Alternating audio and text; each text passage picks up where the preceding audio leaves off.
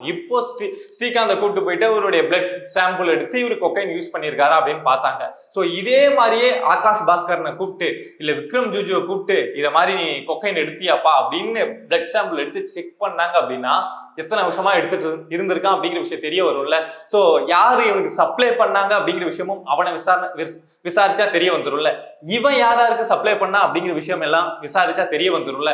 எப்படி திமுக இப்போ இதுல ஏடிஎம்கே நபர் இருக்காரு அப்படின்னு சொல்லிட்டு இறங்கி வேலை செஞ்சு இதை எந்த அளவுக்கு பெருசா மாத்துறாங்களோ அந்த அளவுக்கு இந்த விஷயத்துல சென்ட்ரல் கவர்மெண்ட்டும் இறங்கி தமிழ்நாட்டுக்குள்ள இந்த ட்ரக் கல்ச்சருக்கு எதிராக ஒரு ஆபரேஷன் நடத்துறாங்க அப்படின்னா அது தமிழ்நாட்டுக்கு ஒரு பெரிய விடிவு காலமா இருக்கும், செய்வாங்க அப்படின்னு நம்புவோம்.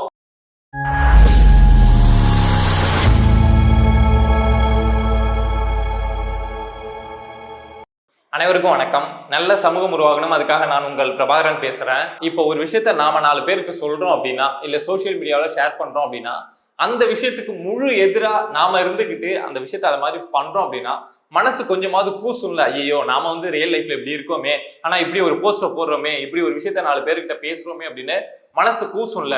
ஆனா இந்த திமுக காரங்களுக்கோ இல்ல திமுக ஐடிவிங்ல வேலை பார்க்கக்கூடியவங்களுக்கோ அப்படிலாம் இருக்கவே இருக்காது போல. எல்லாம் பச்சையா இருப்பாங்க போல. எதுவா இருந்தாலும் நான் போடுவேன் அப்படிங்கிற மாதிரி போடுவாங்க போல. எதுக்காக அப்படி புலம்பிட்டு இருக்கேன் அப்படின்னா இப்போ போதைப் பொருள் வழக்குல நடிகர் ஸ்ரீகாந்த் கைது செய்யப்பட்டிருக்காருல. சோ அவருடைய லிங்க் யாரு அப்படின்னு பிடிச்சு பாக்குறப்போ ஏடிஎம்கே ஐடிவிங்ல நிர்வாகியா இருந்த பிரசாத் அப்படிங்கிற நபர் இதுக்கு காரணம் அப்படிங்கிற விஷயம்லாம் தெரிய வந்திருக்கு. 4-5 வருஷமா ஸ்ரீகாந்துக்கு அவர் தான் போதைப் பொருளை சப்ளை பண்ணியிருக்காரு அப்படிங்கிற விஷயமும் தெரிய வந்திருக்கு. டிஎம்கே ஐடிவிங்ல பெரிய பிரச்சாரமா பண்ணிட்டு இருக்காங்க. ஃபர்ஸ்ட் என்ன போட்டிருக்காங்க அப்படிங்கிற விஷயத்த சொல்லிடுறாங்க, அதுக்கப்புறம் நான் ஒண்ணு ஒண்ணா சொல்ல வரேன். இப்போ இவங்க இந்த ஸ்ரீகாந்த் விஷயத்த பெருசா எடுத்து பேச காரணமே ஏடிஎம்கே நபர் இதுல ஒருத்தர் இன்வால்வ் அப்படிங்கிறதுனால இந்த அளவுக்கு பூதாகரமா மாத்துறாங்க. அப்படின்னா ஏடிஎம்கே நபர் ஒருத்தர் சிக்கிருக்கிறதுக்கே இதை இவ்வளவு பெரிய விஷயமா மாத்துறாங்க அப்படின்னா சென்ட்ரல் கவர்மெண்ட் நினைச்சது இல்ல செய்யணும் அப்படின்னா இங்க டிஎம்கேவை சேர்ந்த எத்தனை பேர் போதைப் பொருள் தடுப்பு, அதுவும் இந்தியா முழுக்க வெளிநாடு வரை தொடர்புடைய ஜாஃபர் சாதிக்கு வரைக்கும் எத்தனை பேர் டிஎம்கேவில் இருக்காங்க. சோ அவங்க விஷயத்தெல்லாம் இப்போ இதுல ஏடிஎம்கே இருக்காங்க அப்படின்னு சொல்லிட்டு இங்க டிஎம்கே இதை இவ்வளவு பெருசா மாத்துறப்போ டிஎம்கே தொடர்புடைய எத்தனை பேர் சிக்கியிருக்காங்க. இதை சென்ட்ரல் கவர்மெண்ட் அதாவது மத்திய அரசு பாஜக கையில எடுக்கணும் அப்படின்னா எடுப்பாங்கல்ல. சோ அதுக்கான வேலைகள் அப்படிங்கிறத பாஜக ரொம்ப தீவிரமா செஞ்சிட்டு இருக்காங்க அப்படிங்கிற செய்தி வெளியாயிருக்கு. சோ அதுக்கு முன்னாடி அது என்ன அப்படின்னு பாக்குறதுக்கு முன்னாடி இப்போ டிஎம்கே ஐடிவிங்ல என்ன போஸ்ட் போட்டிருக்காங்க அப்படிங்கிற விஷயத்த சொல்லிடுறேன். எனக்கு பார்த்த உடனே நீங்களாம் யோக்கியன்னு சொல்லிட்டு இதை போடுறீங்களே, உங்களுக்கு அந்த அருகதை இருக்கா அப்படிங்கிற மாதிரி தோணுச்சு. அதாவது ஏடிஎம்கேவை பார்த்து கேள்வி கேட்கிறாங்க, பதில் சொல்லுங்க பழனிசாமி சார். போதைப் பொருளுக்கு எதிராக இருப்பது போல வெளிவேஷம் போட்ட அதிமுகவினரின் முகத்திரை கிழிந்து விட்டது. கோக்கைன் போதைப் பொருளை இளைஞர்களுக்கு பரப்பும் குற்ற செயல்களை செய்த அதிமுகவினர் பற்றி பழனிசாமி சார் உரிய விளக்கம் தர வேண்டும். தன் கட்சிக்காரர்கள் செய்யும் தவறுகளை கண்டும் காணாமல் மௌனசாமியாக இருக்கக்கூடாது அப்படின்னு சொல்லிட்டு ஒரு பிக்சர்லாம் ஒண்ணு போட்டு ஏடிஎம்கேவை பார்த்து கேள்வி கேட்டிருக்காங்க. அதாவது இத மாதிரி உங்க ஆள் ஸ்ரீகாந்துக்கு போதைப் பொருள் கோகைன் லாஸ்ட் ஒரு 4-5 இயர்ஸா கொடுத்துருக்காரு, இதுக்கு பதில் சொல்லுங்க அப்படின்னு கேட்கிறாரு. பதில் சொல்ல வேண்டியதுதான். இது ஏடிஎம்கே இன்வால்வ்டா அவங்க சம்பந்தமானவங்க பதில் சொல்ல வேண்டியதுதான்.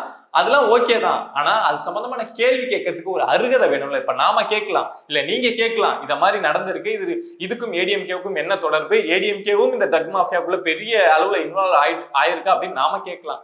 ஆனா டிஎம்கே கேட்கிறாங்களே, அதுதான் ஒரு பெரிய வைத்தறிச்சலா இருக்கு.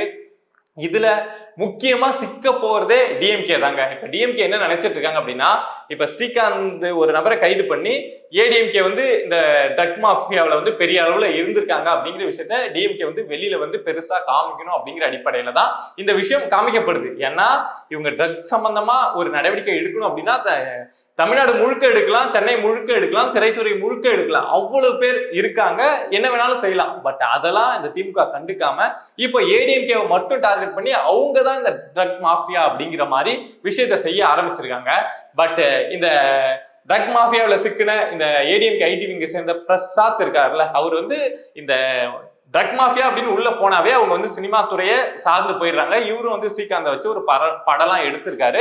ஸோ இவர் பெரிய ப்ரொடியூசர்லாம் கிடையாது, ஒரு படம் எடுத்திருக்காரு, ஸ்ரீகாந்தை வச்சு எடுத்திருக்காரு. ஸோ அதுக்குள்ள இந்த செயின் அப்படிங்கிறது வருது. இந்த ஒரு நபர் ஒரு படம் எடுத்த இந்த ஐடிவிங் நபருக்கே இப்படி தொடர்பு வருது அப்படின்னா நம்ம ஆகாஷ் பாஸ்கரன் இருக்காருல்ல, ஒரு 6 மாசத்துல 4-5 படத்தை கமிட் பண்ணி பெரிய பெரிய ஸ்டார்ஸ் எல்லாம் வச்சு கமிட் பண்ணி நிறைய பார்ட்டி நடத்தி நிறைய பப்ல வந்து நிறைய சரக்கு வாங்கி கொடுத்து இவ்வளவு விஷயங்கள் செஞ்சு இருக்காருல்ல. சோ அவருக்கு துணையா நின்ன நம்ம விக்ரம் ஜூஜு இருக்காருல்ல, விக்ரம் ஜூஜுலாம் இதுக்குன்னே ஒதுக்கப்பட்ட, இப்ப ஒரு பில்டிங் வேலை நடக்குது அப்படின்னா இவருக்கு இந்த நபர் இந்த வேலை தான் அப்படின்னு ஒதுக்கி கொடுத்துருவாங்கல்ல. சோ அத மாதிரி இவருக்கு ட்ரக்ஸ் சப்ளை பண்றதுதான் வேலை. இந்த இவங்க வந்தாங்கன்னா அவங்களுக்கு எது தேவையோ அதை சப்ளை பண்றதுதான் வேலை அப்படின்னு ஒதுக்கப்பட்ட நபர் இந்த விக்ரம் ஜூஜு அப்படின்னு சொல்றாங்க. சோ அவங்கள பிடிக்க ஆரம்பிச்சாங்க அப்படின்னா இப்போ நீங்க இதுல ஏடிஎம்கே இருக்காங்க அப்படின்னு சொல்லிட்டு நூலை சுத்தி சுத்தி விளையாடுறீங்க. சோ நாளைக்கு சென்ட்ரல் கவர்மெண்ட் பிஜேபி வந்து கையை வச்சு உங்களுக்கு ஏடிஎம்கே வந்து இங்க அப்போசிஷன் பார்ட்டி அவங்க இங்க இருக்க கூடாதுன்னு நினைக்கிறீங்க, நீங்க திரும்ப ஜெயிக்கணும்னு நினைக்கிறீங்க, சோ உங்களுடைய அரசியலை வந்து பிளே பண்றீங்க அப்படின்னா இதேதானே பிஜேபி நினைப்பாங்க. சோ அப்படிங்கிறப்ப அவங்க இங்க கையை வைக்க ஆரம்பிச்சாங்க அப்படின்னா இங்க ஏடிஎம்கேல சிக்கி இருக்கிறது ஒரு நபர், ஆனா திமுகவுல தேடி எடுக்க போனோம் தோண்ட ஆரம்பிச்சோம் அப்படின்னா ஆகாஷ் பாஸ்கரன் இந்த விக்ரம் ஜூஜு இந்த குரூப்பை பிடிச்சாங்க அப்படின்னா இன்னும் எத்தனை சினிமா ஸ்டார்ஸ், இப்பயாவது ஸ்ரீகாந்த் மட்டும் சிக்கியிருக்காரு, ஆனா இந்த ஆகாஷ் பாஸ்கரன் இந்த விக்ரம் ஜூஜு இந்த குரூப்ல கைய வைக்க போனாங்க அப்படின்னா எத்தனை ஆக்டர் சிக்குவாங்க அப்படின்னு சொல்ல முடியாது. நாம இப்ப வெளியில வந்து பாக்குறதுக்கு ரொம்ப மரியாதையாச்சே, இந்த ஆக்டர்னா ரொம்ப மரியாதை எல்லாருக்கும் இருக்கும்ல. சோ அத மாதிரி ஆக்டர் கூட நிறைய பேர் இந்த விஷயத்துல இருக்காங்க அப்படிங்கிறத எல்லாருமே சொல்லக்கூடிய செய்தி. இப்போ ஸ்ரீகாந்தை கூப்பிட்டு போயிட்டு அவருடைய பிளட் சாம்பிள் எடுத்து இவரு கொக்கைன் யூஸ் பண்ணியிருக்காரா அப்படின்னு பார்த்தாங்க. சோ இதே மாதிரியே ஆகாஷ் பாஸ்கரனை கூப்பிட்டு இல்ல விக்ரம் ஜூஜுவை கூப்பிட்டு இத மாதிரி நீ கொக்கைன் எடுத்தியாப்பா அப்படின்னு பிளட் சாம்பிள் எடுத்து செக் பண்ணாங்க அப்படின்னா எத்தனை வருஷமா எடுத்துட்டு இருந்திருக்கான் அப்படிங்கிற விஷயம் தெரிய வரும்ல. சோ யாரு இவனுக்கு சப்ளை பண்ணாங்க அப்படிங்கிற விஷயமும் அவனை விசாரிச்சா தெரிய வந்துரும்ல. இவன் யாராருக்கு சப்ளை பண்ணா அப்படிங்கிற விஷயம் எல்லாம் விசாரிச்சா தெரிய வந்துரும்ல. இதெல்லாம் என்சிபி நார்கோட்டிக்ஸ் கண்ட்ரோல் பியூரோ இருக்காங்கல்ல, சோ அவங்க தானே சென்ட்ரல் கவர்மெண்ட் கண்ட்ரோல்ல வராங்க. சோ அவங்க எடுத்து விசாரிக்க மாட்டாங்களா?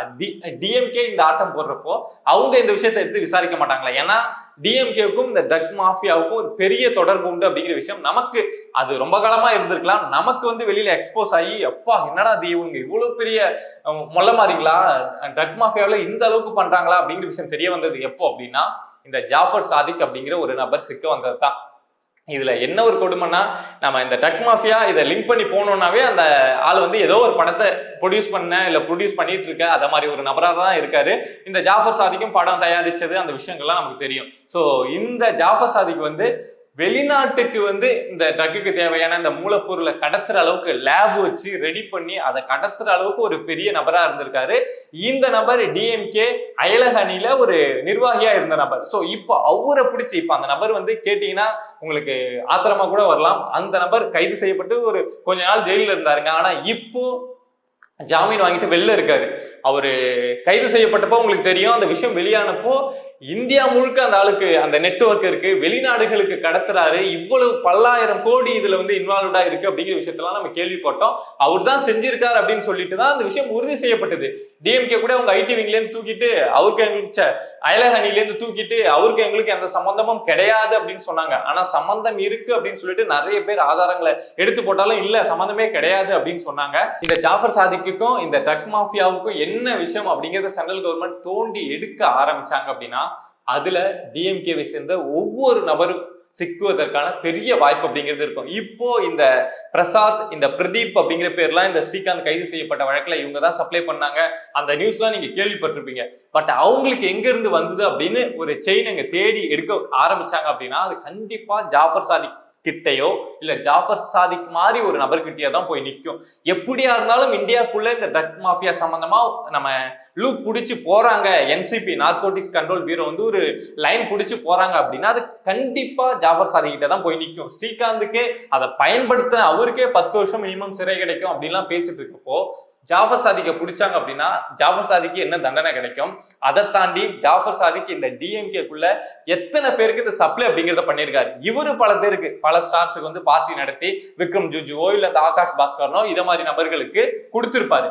அதை வாங்கின அவனுங்க எத்தனை பேருக்கு கொடுத்திருப்பானுங்க, எத்தனை ஸ்டார்ஸுக்கு கொடுத்திருப்பானுங்க, எத்தனை ஆக்டர்ஸுக்கு கொடுத்திருப்பானுங்க. சோ இந்த விஷயம்லாம் வெளியில தெரிய ஆரம்பிச்சது அப்படின்னா தமிழ் சினிமாவில எவ்வளவு ஹீரோ வந்து இதுல சிக்கியிருக்காங்க, என்னென்ன மோசமான பார்ட்டி இந்த பப் கல்ச்சர் அந்த மாதிரி விஷயங்கள்லாம் வச்சு பார்ட்டிங்கிற பேர்ல இந்த ட்ரக்கை வந்து சப்ளை பண்றது இந்த விஷயங்கள்லாம் எவ்வளவு நடக்குது அப்படிங்கிற விஷயம் எல்லாமே வெளிவருவதற்கான வாய்ப்பு அப்படிங்கிறது உண்டு. இப்போ திமுக ஒரே ஒரு நபர், அதாவது ஏடிஎம்கேவை சேர்ந்த ஒரு நபரை வச்சு இங்க கேம் பிளே பண்ணிட்டு இருக்காங்க. சோ இந்த கேமை பாஜக பிளே பண்ணும் அப்படிங்கிறது தான் செய்தி. என்சிபியை உள்ள இறக்க போறாங்க. இங்க ஒட்டுமொத்தமா இப்படி நடந்துட்டு இருக்கு அப்படின்னா இன்னும் நிறைய இருக்குமா அப்படிங்கிற ஒரு டவுட் வரும்ல. சோ அதை வச்சு உள்ள என்சிபி இறக்கி சோ ஒட்டுமொத்தமா என்ன நடந்துட்டு இருக்கு, இந்த தமிழ் சினிமா துறைக்குள்ள என்ன நடந்துட்டு இருக்கு, இந்த ஜாஃபர் சாதிக்கு எங்கெங்க வரான் அப்படிங்கிற விஷயத்த இங்க உள்ள இறக்கி விட்டு தேட போறாங்க அப்படிங்கிற செய்தி வெளியாகுது. சோ அப்படி தேடினாங்க அப்படின்னா ரொம்பவே சந்தோஷப்படுவாங்க. இந்த ஜாஃபர் சாதிக்க பிடிச்சி விசாரிக்க ஆரம்பிச்சாங்க அப்படின்னா அதுல இந்த ஆகாஷ் பாஸ்கரன் மாதிரியும், இந்த விக்ரம் ஜூஜு மாதிரியும், இந்த ரத்தீஷ் மாதிரியும் இன்னும் பல பேர் சிக்க வருவாங்க.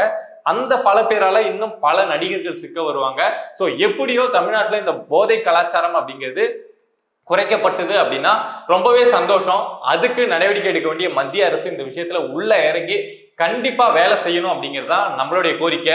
எப்படி திமுக இப்போ இதுல ஏடிஎம்கே நபர் இருக்காரு அப்படின்னு சொல்லிட்டு இறங்கி வேலை செஞ்சு இதை எந்த அளவுக்கு பெருசா மாத்துறாங்களோ அந்த அளவுக்கு இந்த விஷயத்துல சென்ட்ரல் கவர்மெண்ட்டும் இறங்கி தமிழ்நாட்டுக்குள்ள இந்த ட்ரக் கல்ச்சருக்கு எதிராக ஒரு ஆபரேஷன் நடத்துறாங்க அப்படின்னா அது தமிழ்நாட்டுக்கு ஒரு பெரிய விடிவு காலமா இருக்கும். செய்வாங்க அப்படின்னு நம்புவோம், பொறுத்திருந்து பார்ப்போம். இத மாதிரி சொசைட்டில நம்மளை சுத்தி நடக்கக்கூடிய விஷயங்களை நீங்க தெரிஞ்சுக்கணும் அப்படின்னு நினைச்சீங்கன்னா மறக்காம பிரபா டாக் சேனலை சப்ஸ்கிரைப் பண்ணி சப்போர்ட் பண்ணுங்க.